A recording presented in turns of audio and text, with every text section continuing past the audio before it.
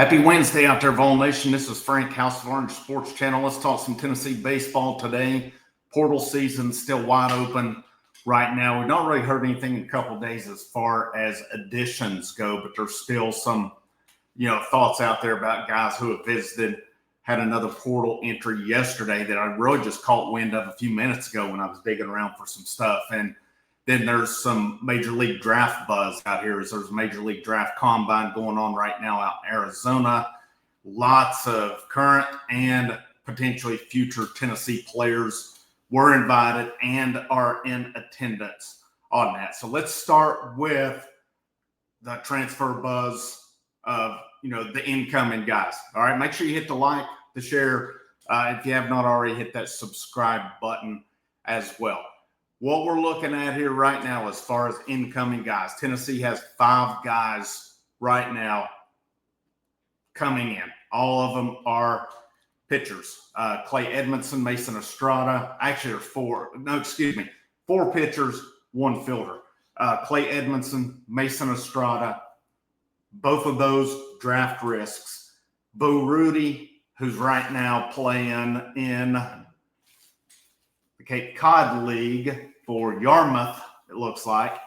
Brady Frederick, former ETSU pitcher, SoCon Pitcher of the Year. And then got Garrett Wright from Bowling Green. When it was initially put out, it said catcher. He's going to be more of a utility guy. You may see him more in the outfield. So I don't know that this affects Stone Lawless or, Brooks Wright or any of your other catchers that are currently on the roster right now. I would think Wright will catch some, but it's going to be interesting to see. And then another name, which I'll talk about here in a minute, is Trent Grinlinger, pretty highly rated freshman coming in. So you've got 5 coming in. So some of the names Tennessee's been involved with and have had visited. Landon Mack, pitcher from Rutgers, still out there, and that's one that could drag on. Now, something that could be interesting to see as well. With LSU, Arkansas playing, they've not had the luxury right now to get visits in, kind of like Tennessee did last year with it.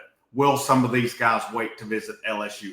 Jaron Advincula, he played for Cal last year, infielder, second team, high-level hitter, led the Cape Cod in hitting last year. He's still out there. Based on what I've seen, Tennessee feels good on him. Based on what I've seen, Tennessee feels good on Aiden Robbins, Seton Hall transfer, who hit for a high average this year as well. Advincula, he is back in the Cape Cod for, I think it's pronounced Cotuit. I've not seen anything on Robbins or Mack where they're playing right now. And some of that I was trying to look earlier at who all's playing in college leagues. There's so many of them. I found some out there, and that's, another day and time right now. As far as targets still go, though, to me, Tennessee still needs, especially with the entry of Dylan Lloyd to the portal, left-handed pitching has to be, to me, a target. Who can benefit from the Dylan Lloyd departure? I think a guy like Michael Sharman can. If Andrew Behnke can kind of get his stuff back going again, and maybe some of these guys like a Luke Payne as well, that could be a guy. What little we saw of him last year, I liked his stuff. I thought he had good stuff. So, is he a guy that could potentially benefit from that as well? Remains to be seen. I'm sure there's probably I say probably because we don't know right now. Potentially visits going on that we're not aware of, and maybe not everything is out there. We do know, though, as far as departures go. Of course, we had Dylan Lloyd a couple of days ago. Alex Perry, who was in line to potentially be the first baseman this past season going in, he left the team for personal reasons. He has officially entered the portal as well. I was curious to see if he might come back, but it was kind of similar with Zane Denton a couple years ago. He left the team, still had eligibility left. He hit the portal and didn't come back. Same thing with Alex Perry here, and that brings Tennessee's total in the portal to 10 right now. So you have Dylan Lloyd. As far as pitchers go, Dylan Lloyd's in. Thomas Crabtree, who come in last year from JUCO, he entered. He's already committed to Southern Miss. Austin Hundley, Bryson Thacker, Braden Sharp, Braden Sharp was a two-way guy, left-handed pitcher / outfielder. Ryler Smart was a true freshman this past year, did not pitch.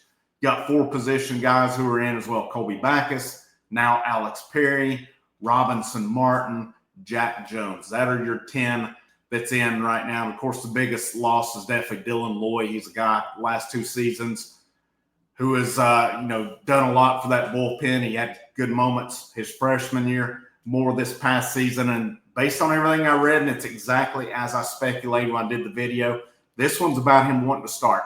And he only pitched like 33, 34 innings this past season. There were times he'd come in for 1 batter and out. Can't blame him for wanting a bigger role. Can't blame him for wanting to, get into that starting as well. And wish him the best of luck. But these guys have got to do what they have to do. And I had some ask, is it a money play? I don't think it's money at all. I think it's strictly he wants to go start. He wants to get to the majors. He wants to be more of just a spot pitcher, more or less. He was kind of in that Kirby Connell role, but not to the extent of Kirby Connell either.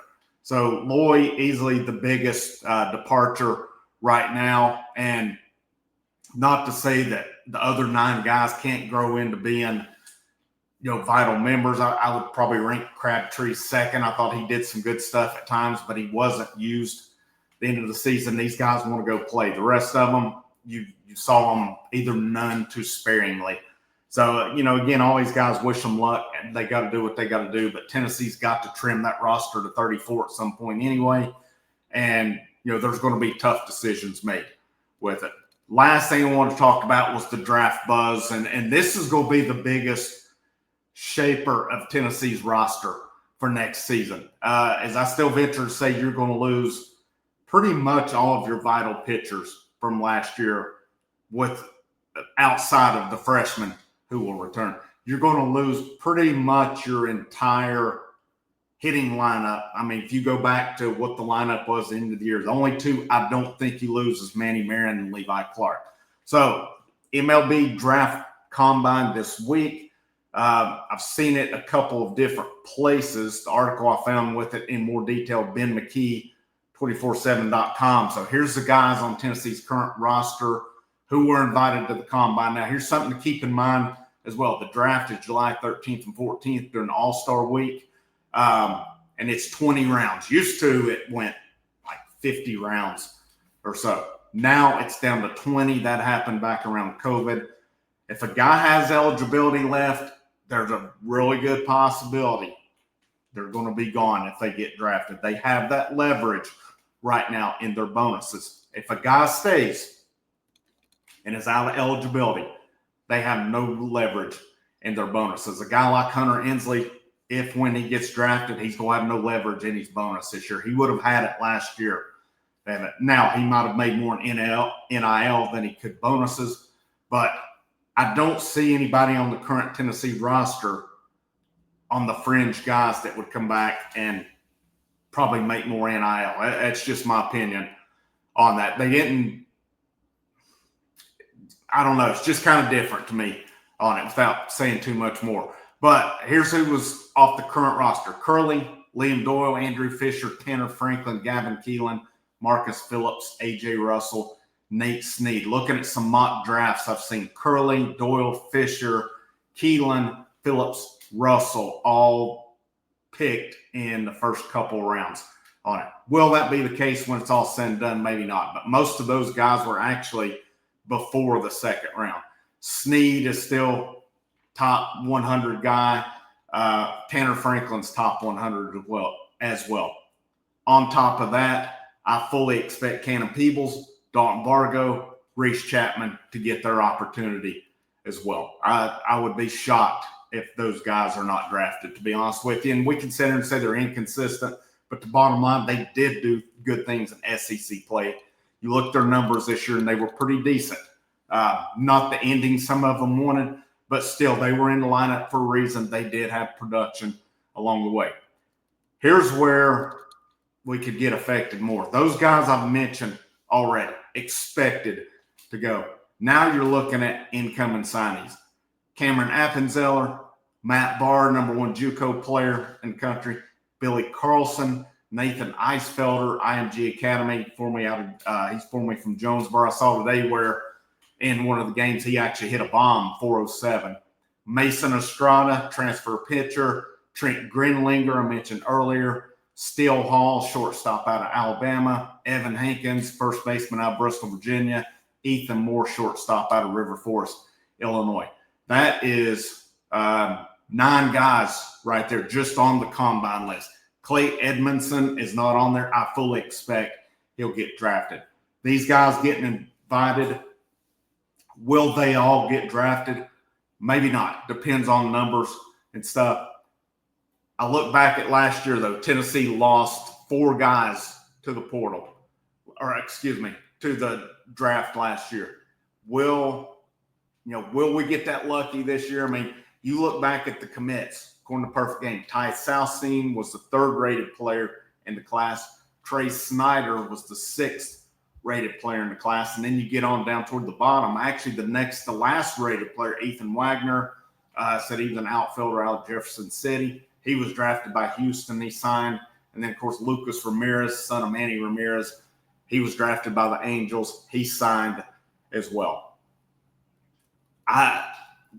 My initial thought is we won't be as fortunate this year with as many freshmen making it to campus.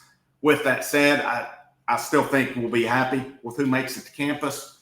But, a guy that's not even on the draft list here, which surprises me, so I don't know if he turned it down or what happened, was Cruz Schoolcraft. I've seen something about there's a little bit of optimism on him making it. I can't see it. Everything I've seen is he's a top 20 guy. Appenzeller's the one I've seen potentially make it, but now I've started to see more buzz where maybe he's not going to make it. Steele Hall, Billy Carlson's top 10. Steele Hall, I've seen top 15. Grinlinger supposedly wants to make it to campus. Hopefully he does. That'll be big. And, some of these others as well. This combine, of course, and I think I say this I've got a little knowledge of the process and how it goes as far as these guys go. Not all of them. Don't get me wrong on it. But these guys are committed. They're signed to go to school. Their schools will be paid for. They're going to have a number. And if teams meet it, they'll go. If teams don't meet it, you'll see these guys on campus next year. But it's going to be interesting to see who makes it in and who doesn't. Again, I expect all the current guys invited will be gone. They'll get drafted and go. And I expect, again, Chapman, Bargo, Peoples. I expect them to go as well somewhere. And again, right now they have leverage. They have leverage in their bonuses. And these guys, you get later, they don't make – not everybody makes a ton of money. I think another guy to watch out for is Tyler Myatt, the signee out of Walter State, Triple Crown, JUCO Player of the Year this year. He's not on the list. He's currently playing the Appalachian League. But there will be some conversations about him as well. And he's made the comment, said, well, I've got to make enough to live on. And a lot of times these guys can get more in bonus than they can their yearly with it. Be interesting to see. I'll keep you updated on anything along the way. And hopefully we'll get some more names as far as guys Tennessee's after and possibly bringing in. But make sure you hit the like, the share, the subscribe. Check out the links in the description. Channel membership, channel Patreon. Super thanks, bottom right-hand corner. Any of these things go to greatly help the channel. They are a big help. And, as I continue to build them, can hopefully do some of these members only, videos, streams, or what have you as well. That would be something to be really cool to do at some point as I continue to build that. And, maybe we can get more perks going as we go. But have a great rest of your day. This is Frank, House of Orange, and I'll see you when I see you.